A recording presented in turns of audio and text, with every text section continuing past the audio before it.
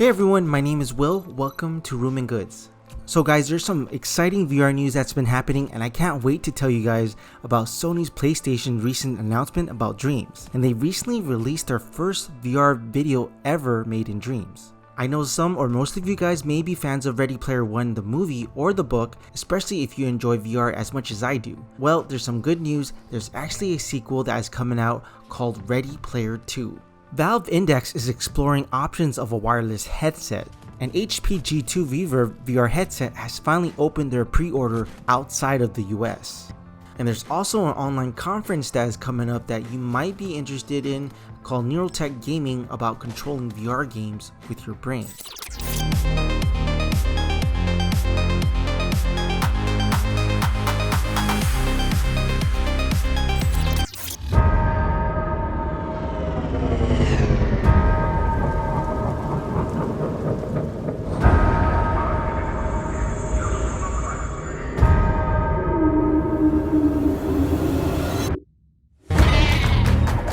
So Sony's PlayStation announced a major update to Dreams created by Media Molecule that they will officially support VR on July 22nd, 2020, and it can possibly affect console VR in a really big way.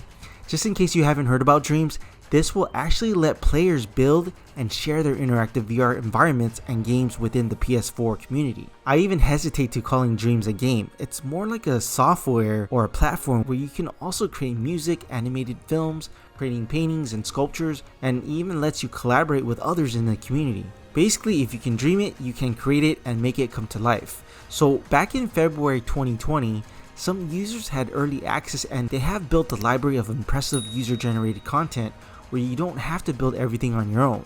You can actually use other people's assets and remix them to make it your own and apply it to your own creations. There's a huge amount of inspirational creations and tools that's just waiting for us to use and to be discovered. You just never know what you'll end up doing or creating when starting in Dreams. You can even experience everything from 2D or 3D to a first-person shooters to creating an animated film in VR. So they just released their first ever VR video made entirely in Dreams. It's a 5-minute experience about climate change. You can actually grab your VR headset and check this experience out. You just need to download YouTube VR application into your headset. I'll put a link below if you want to check it out. So all this was actually made in Dreams. It does a great job showcasing the potential of the platform. It was truly impressive to see what is actually possible within Dreams' creation toolbox and the feeling of being empowered that you have the tools to actually accomplish this feat. Plus, they will also include additional pre-built games and VR experiences to show and inspire us of what can be accomplished in Dreams. Now, if this all sounds overwhelming at first glance, don't worry, they will include VR-focused tutorials on how-tos, different comfort modes, and methods of creating PSVR games, and additional assets that can start you off building your VR worlds. So again, you don't exactly have to start everything from scratch. There's plenty of community assets that has been pre-built that you definitely can make your own. Plus, you will be able to sculpt or build your own creations with the DualShock 4 controllers or Move controllers even without a headset. So you don't actually have to have a PSVR to create VR experiences. So anyone with the PS4 and Dreams can actually contribute to the community. So for anyone who said that VR is lacking content, now maybe we can be involved building VR games or experiences to contribute to the VR community, which maybe it can help move the VR needle forward. Plus, this can also attract a whole new audience of people like who are real life artists or sculptors or someone who's actually interested in making animated films to come in this space to contribute quality work to the community. Similar to Google Tilt Brush, where it provided a new canvas for the artists to explore. So again, VR support for Dream is coming out on July 22nd. Amazon is currently selling Dreams for $29.99 US. I'll put a link below if you want to check it out. So anyone who's a big fan of Ready Player One, I have some great news. The writer Ernest Cline has came out with a sequel called Ready Player 2 in form of a novel and set to be published on November 24th, 2020. If you haven't seen or read about the Ready Player One, it's about a community of people that was forced indoors to live out their lives in virtual reality. It was actually a New York Times bestsellers list before Steven Spielberg made it into a film in 2018, which made $580 million. So the writer will be working on a follow-up novel to his first book, but not the movie itself. Just so you know, there are many differences between the book and the film. So if you're looking for answers about the first film, like the ending, you may not find it in the book. It'll actually be interesting to see if another movie sequel will come out of this, especially if this was actually shot in VR. I doubt that would happen, but still that would be amazing. So if you're interested, you can actually pre-order the book on Amazon. So the Valve Index headset, one of the more premium VR headsets, it's actually 1 year old now, and still is one of the better headsets out there, but it's 2020 now, and I would definitely be more interested if the headset has wireless capabilities and has an easier setup. It has been reported by Upload VR, Valve is still looking at different options of having it wireless. Gabe Newell, Valve's president, has mentioned they are exploring, quote, several methods to do untethered index.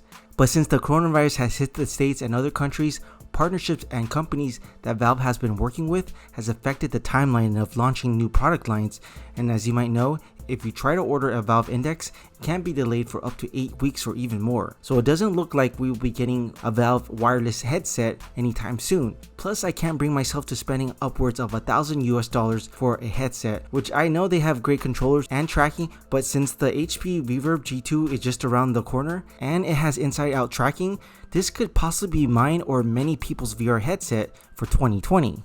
So this week, HP has finally launched pre-orders for the HP Reverb G2 in Europe, the United Kingdom, and New Zealand. The device will cost 525 euros in the UK and $599 in the United States. Now, what's interesting, System Active, one of HP's official retail partner in the UK, included a previously unknown launch date. It was reported that HP Reverb G2 was shipping on September 15th of 2020, but it looks like they actually taken that date down. So it looks like it's going to be shipping sometime in September, which unfortunately with no specific date. Many have been watching this VR headset since the leaked images came out.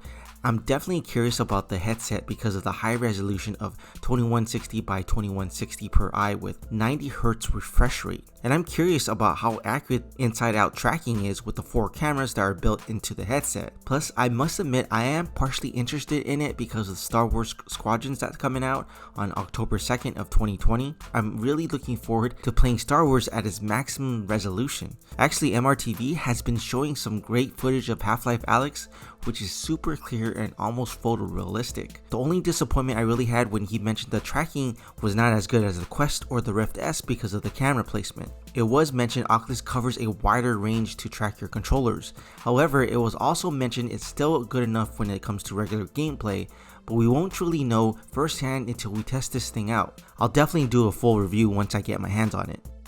So story of the week is there's an online conference that's called Neurotech Gaming that is scheduled next week on July 18th and 19th that will start at 10 AM Pacific Standard Time. It will consist of presenters from the company Valve, Tesla Suit, and Neurable, just to name a few. You can actually register for this event now. I'll leave a link below in the description if you want to register for this free online event. They'll be specifically discussing brain-computer interface that can possibly connect your brain and your body to a video game. So for those who are not familiar with this topic, it's basically a concept of controlling flat games or VR games with your mind instead of using traditional input devices like a mouse or a gamepad or a keyboard.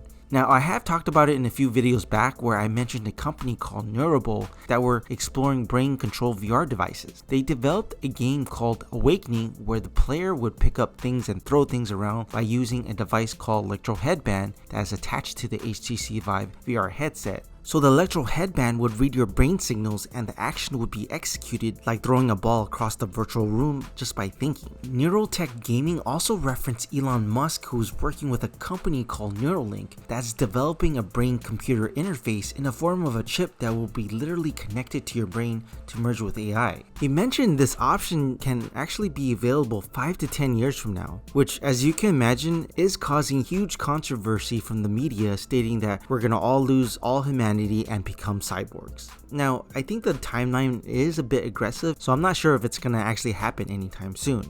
Now, people have discussed if Neuralink's chip can make it possible to provide total immersion in VR or any virtual environment that developers can make or think of. This also includes experiencing tactile feelings of touching a virtual table, for example, and actually feeling its surface, or even sensations of being cold if we're in a virtual forest filled with snow. So based on that, we no longer need any haptic suits, gloves, trackers on your body, because the chip would reproduce those same sensations directly to your brain through electrical impulses. As a side note guys, Elon Musk stated on Twitter just a few days ago that he will provide an update on Neuralink's progress on August 28th. The company already successfully tested their chips on mice and apes, and he has mentioned human subjects are starting as early as 2020, which is this year. The media doesn't know what Elon Musk or Neuralink will announce, but perhaps the company is ready to start human trials. So what do you guys think about all this? This can be the first step to something really unbelievable. So again, if you guys are interested in hearing more about this topic, I'll leave a link below in the description if you want to register for this free online event. If I can, I'll be streaming this event live on my channel.